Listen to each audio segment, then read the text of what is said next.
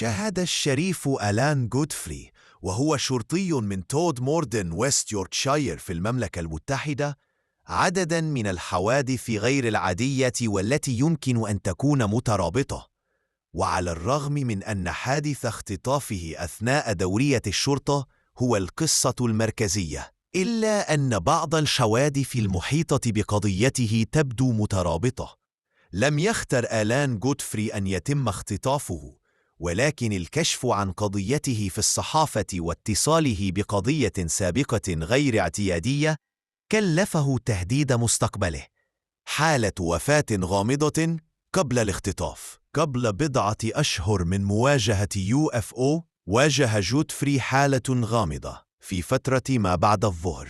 يوم 11 يونيو عام 1980 تم العثور على جثة تم تحديدها فيما بعد باسم ديزموند آدامسكي. كان مفقوداً لمدة 5 أيام، وكان يعيش في قرية على بعد 30 كيلومتر من الموقع، وأتم استدعاء غودفري للتحقيق. كانت الجثة مستلقية على ظهرها، يبدو أن ملابسه قد قام شخص آخر بتلبيسها له، فقد تم تلبيس السترة بشكل غير صحيح، وتم التحقيق في صحة الجثة، ولم يكن هنالك مسارات توضح كيف وصل الجسد لمكانه. بدا الأمر لو أن الجثة قد سقطت من الأعلى. وكانت الأمور أكثر حيرة عندما فحص الجسم بواسطة الطبيب الشرعي، فيبدو أنه قد مات على إثر إصابته بنوبة قلبية قبل 8 ساعات، ربما بسبب تعرضه للخوف الشديد. وكان جسده يحمل علامات لحروق غريبة، كما تم العثور على مادة غريبة على الجزء الخلفي من عنقه، واستنتج المحقق أنه مات قبل وضعه في المكان الذي وجده فيه. كما أظهرت التحاليل أن المادة الموجودة في عنقه غير موجودة على كوكب الأرض. أصدقاء نم. ومع أخذ كل هذه الحقائق في الاعتبار، مع أن المملكة المتحدة كانت تعاني من موجة من الحوادث الغريبة، فيمكن أن يكون قد تم اختطافه وقتله ثم رميه في مكانه. وبعد بضعة أشهر من قضية آدامسكي سيكون لدى آلان غودفري تجربة مماثلة.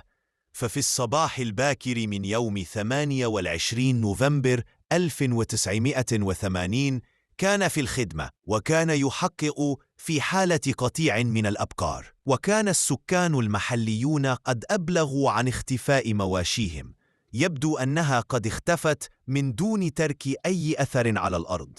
لم يكن هذا حادثاً واحداً، لأن القطيع قد اختفى وظهر من تلقاء نفسه عدة مرات.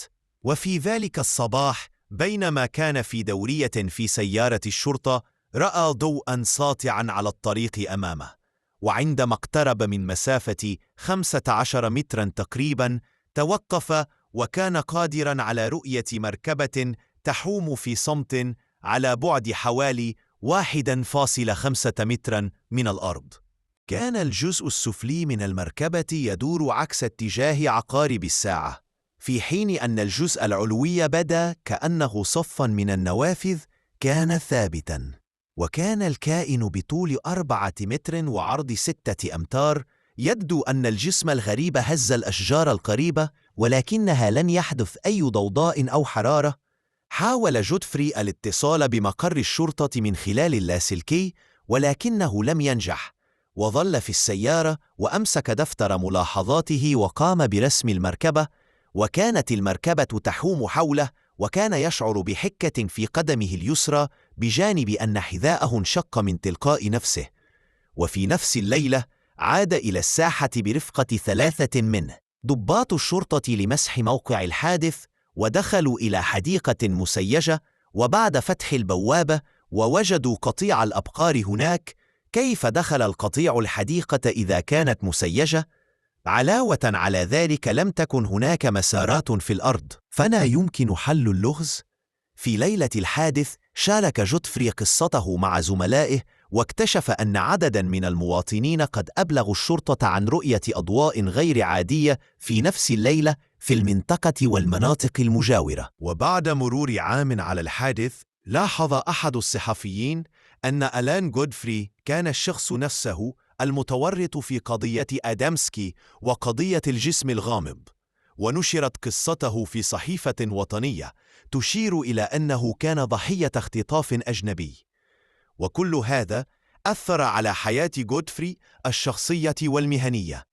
لم يؤخذ على محمل الجد في العمل، ورؤساؤه فعلوا كل ما في وسعهم لجعله يستقيل. وبعد مرور عام وافق ألان على التنويم المغناطيسي لتذكر ما حدث. وخلال التنويم المغناطيسي تم الكشف عن أن غودفري خرج من سيارته الدورية، وتم إطلاق شعاع من الضوء عليه من المركبة.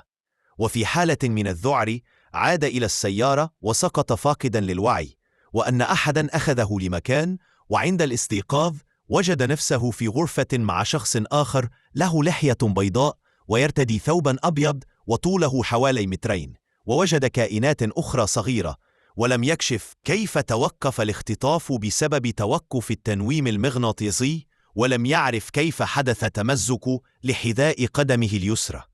والغريب قبل 3 أعوام من حادث الاختطاف تعرض آلان غودفري للضرب على أيدي 3 من المشتبه بهم أثناء محاولته اعتقالهم، وقام الأطباء بإزالة أحد خصيتيه، ونتيجة لهذا كله أصبح عقيما ولا يمكنه أن يقيم علاقات جنسية مع زوجته.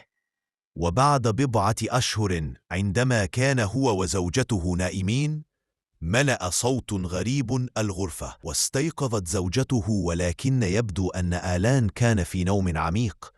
وفي صباح اليوم التالي بدا الأمر وكأنه شفي. في مساء اليوم التالي تمكنوا من ممارسة الحب، وبعد 4 أسابيع كانت زوجته حاملا. وقال الأطباء أيضا إنه الشفاء تم بأعجوبة. وظل الزوجان مقتنعين أن الكائنات الغريبة لها علاقة بكل ذلك.